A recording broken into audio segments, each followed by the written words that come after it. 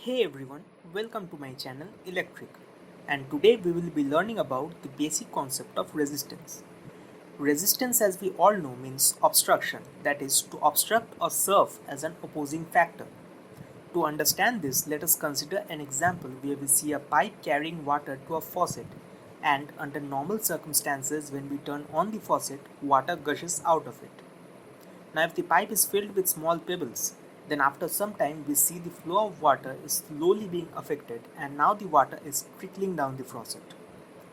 In our example, these pebbles are acting as an obstruction to the flow of water, and therefore, in other words, we can say that these pebbles are the resistance to the flow of water. In our previous topics, we learned that a voltage supply is required to push the free electrons in an electrical circuit, and this flow of free electrons in the circuit is called current.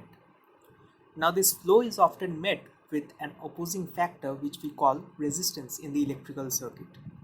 So, we define resistance as the opposition to the flow of current in an electrical circuit. Resistance is measured using the unit ohm, and its symbol is the Greek letter omega.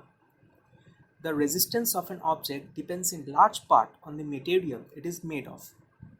These can be categorized as conductors, insulators, and semiconductors.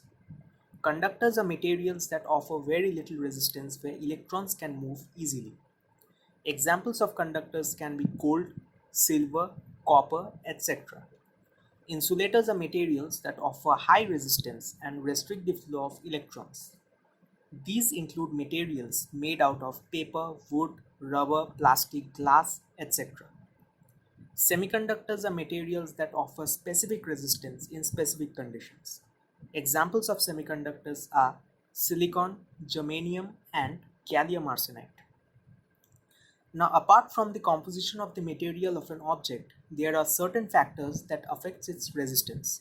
These factors can be the nature or type of the material, the length of the material, the cross-sectional area of the material, and the temperature of the material.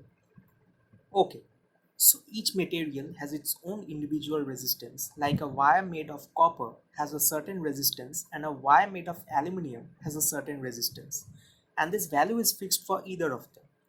This means that in a copper wire, it is likely to pass more current than an aluminum wire, as resistance is less in copper than in aluminum. Next is that if we increase the length of a material, then its resistance will also increase, as in resistance is directly proportional to the length of the material. So if we double the length of a wire, then resistance will also be doubled. Contrary to this, if we increase the cross-sectional area of the material, then its resistance will decrease. That is, resistance is inversely proportional to the cross-sectional area of the material, which means a thick wire would have a smaller resistance than a thin wire. The last factor which affects resistance is the temperature of the conductor, where for most substances, increase in temperature increases the resistance.